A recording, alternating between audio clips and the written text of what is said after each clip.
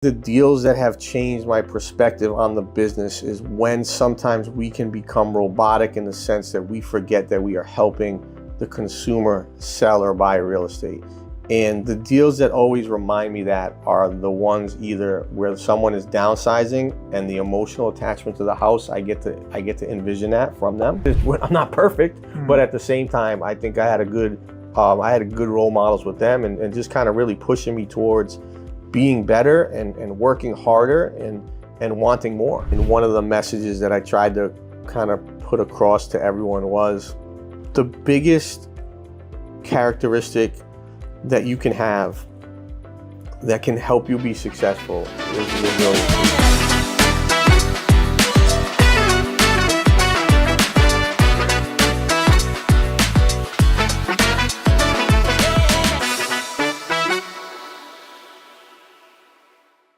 Welcome everybody, I'm Kamil Sarji, the host of Just 2 Minutes, and today I have Kyle here. Kyle, you want to tell us about yourself? All right, thank you first of all for having me. I appreciate being on here, and my name is Kyle Seyboth. I am the broker owner of Century 21 Limitless. I am a real estate salesperson and have been in the business for about 12 years now.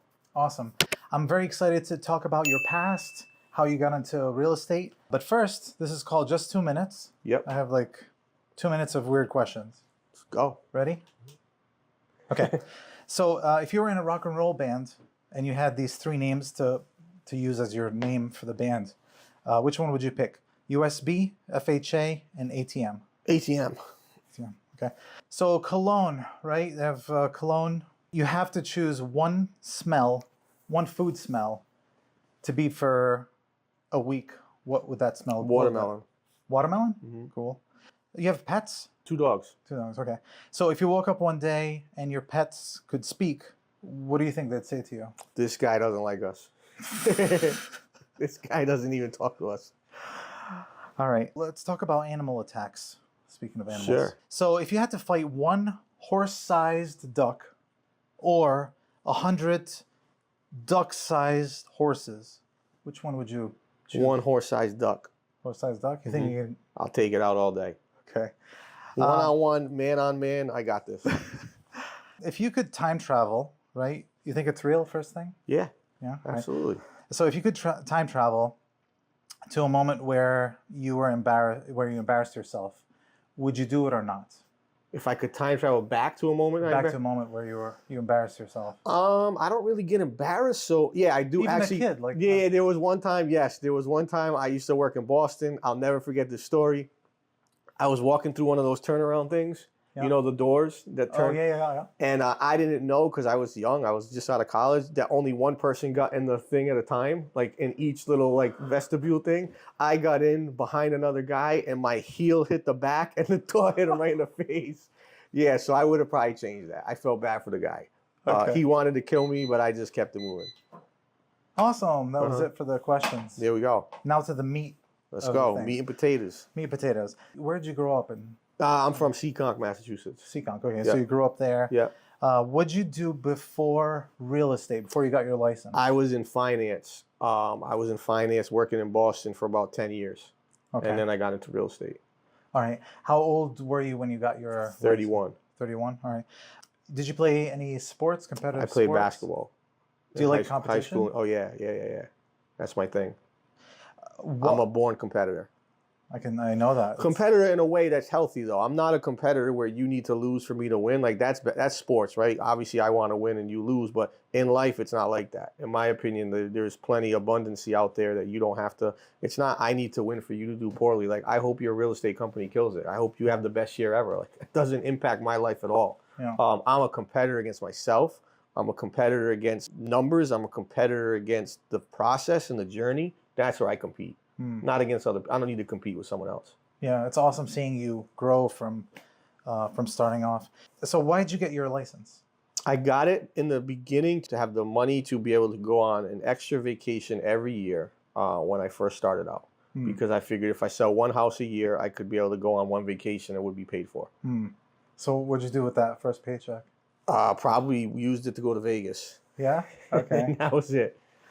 So that got you thinking like, all right, this. It got me thinking, it got me kind of competitive. So what it did was it got me to a position where the competitive nature I had inside of me came out and said, well, I'm pretty good at this, or I enjoy it, or it gives me a rush, or it makes me excited about actually existing. I need to participate in this further. Do you have any like family or someone that inspired you, was a mentor as you were getting No, to that I point? think that, I've got a good background. I think my parents did an excellent job instilling hard work, instilling honesty, instilling all the qualities that you would look for in anyone. Unlike anyone else, we've all made mistakes. We've all done things in the past that, hey, at the end of the day, did I not study for a test? Sure, I should have studied more. Like this, I'm not perfect, but at the same time, I think I had a good role models with them, and just kind of really pushing me towards being better and working harder and wanting more.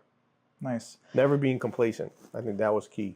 So when you first started real estate, what was your schedule, like your day-to-day So I schedule? started part-time. When I first started, it was 9 to 5. I worked during 12 to 1 during my lunch, and then I worked from 5:01 to 8 o'clock on showings. And then I would go ahead and from there, I would go ahead and do any paperwork at night. Awesome. And then once I transitioned, after I did 191 transactions, I transitioned to full-time. And that was at the point where I had to understand a new schedule. And my schedule now is, as I told you when I got here, almost every 15 minutes I'm somewhere else. Yeah. So how did you get to the point where you decided like, all right, I'm spending too much time on this. I need to cut it down and maybe be more efficient with my time. I think it was when I had a full-time job, I needed to utilize my time. I call it return on efficiency.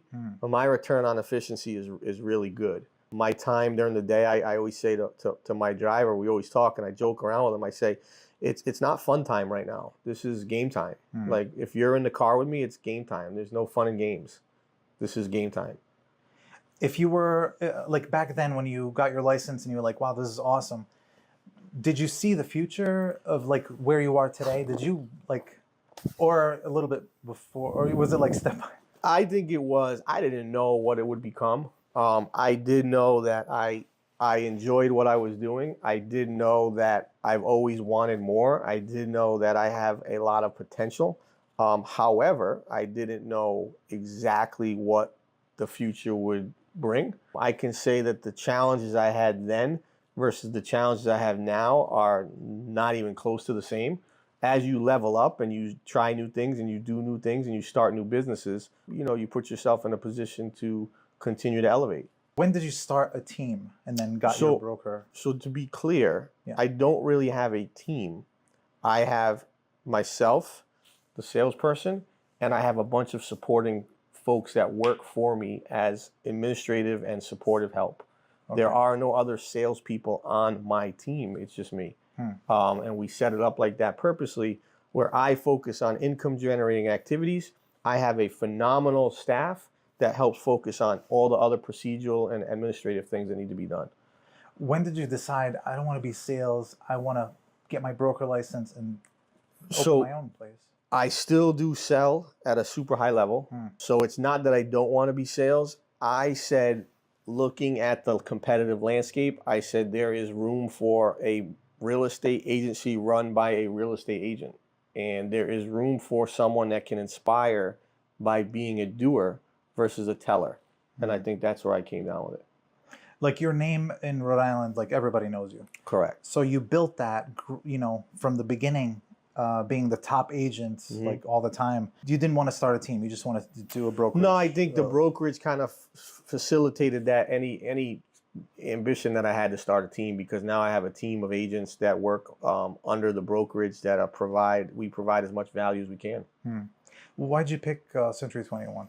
So at the time I was being kind of hounded by a bunch of different firms and companies, and I still feel like there's always going to be that shiny object with that internet online brokerage where you don't need an office. But I feel like the old meat and potatoes and the old school have an office, have support, understand who the people are, go be able to feel it, touch it, see it. I think there's value in that. And I think they brought that to the table, kind of having that legacy platform allowing me to run autonomously the way that I wanted to run the brokerage. So I enjoy that.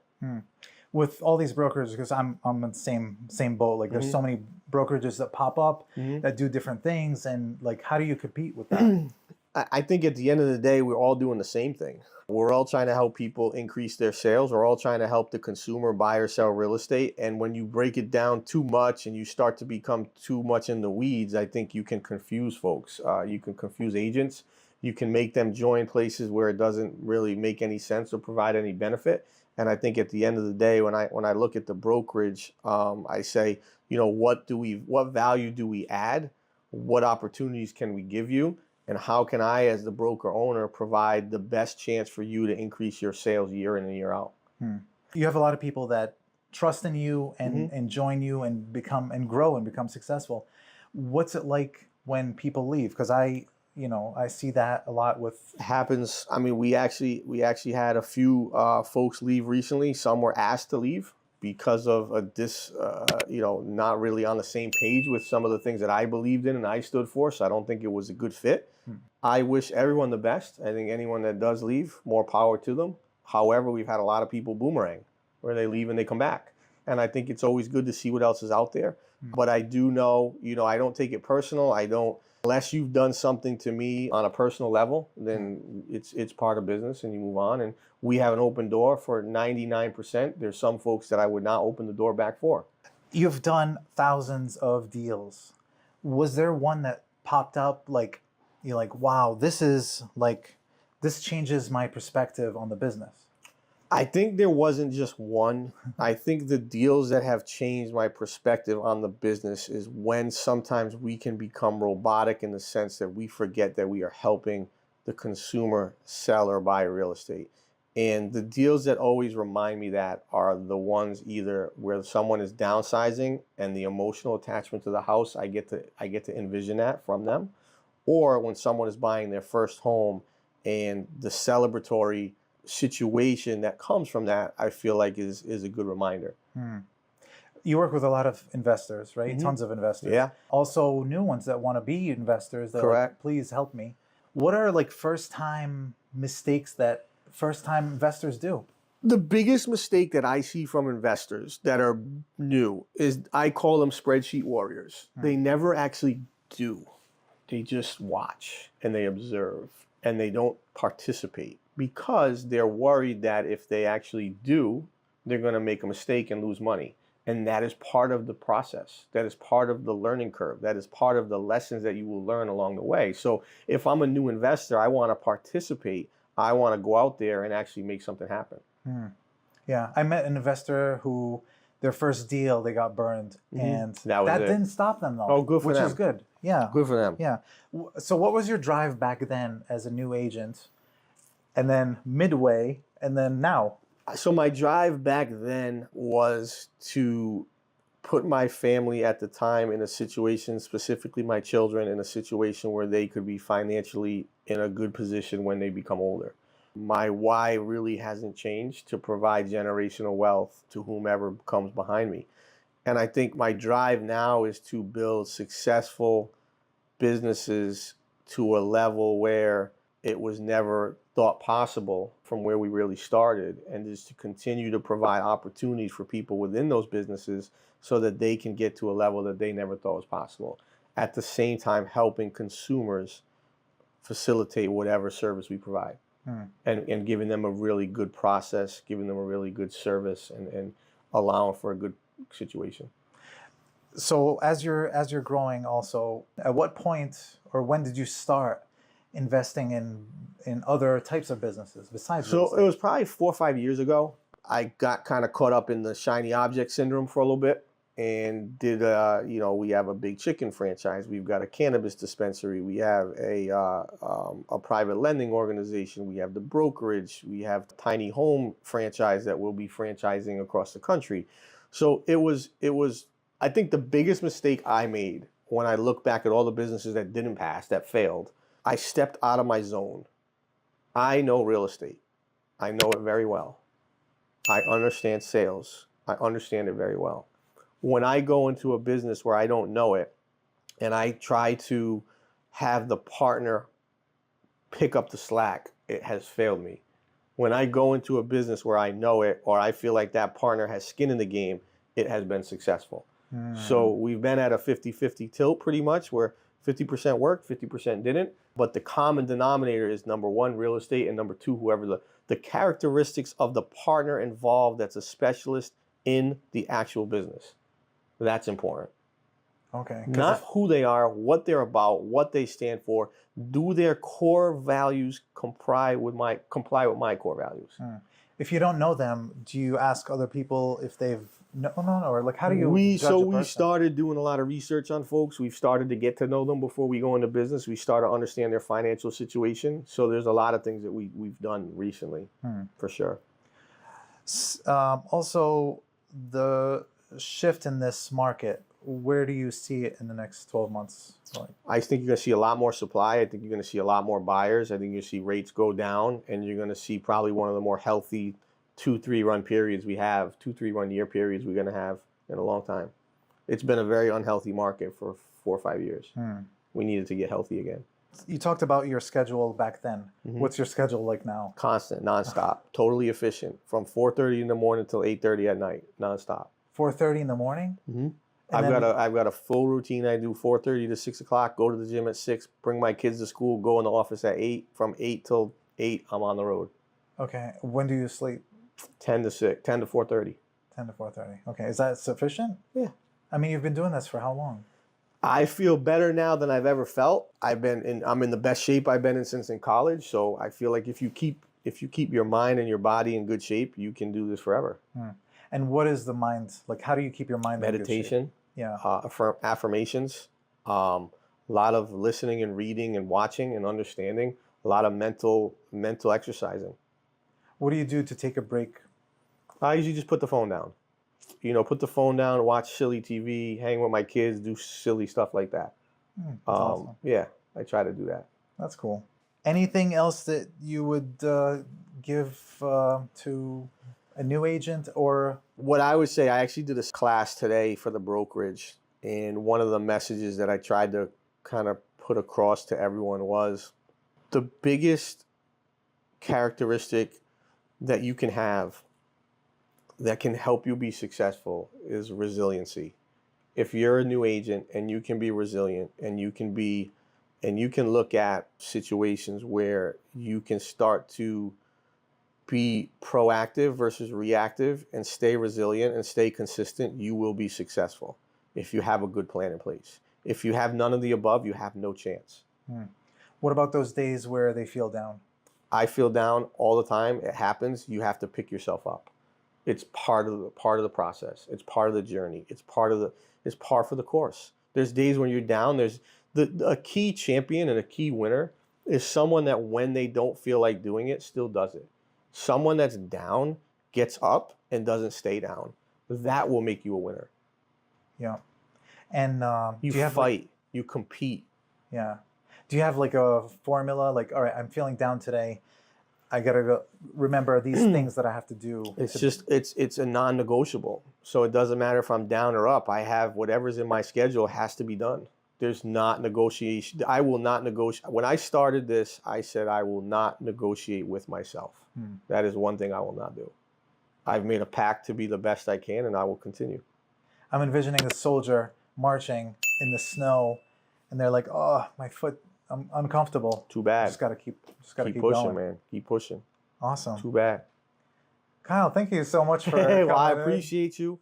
I appreciate you having me on.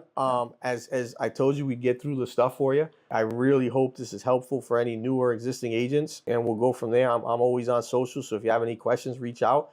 If not, I appreciate. How do people find you? You guys can find me on Facebook and Instagram. Just search my name. It's KyleSeyboth,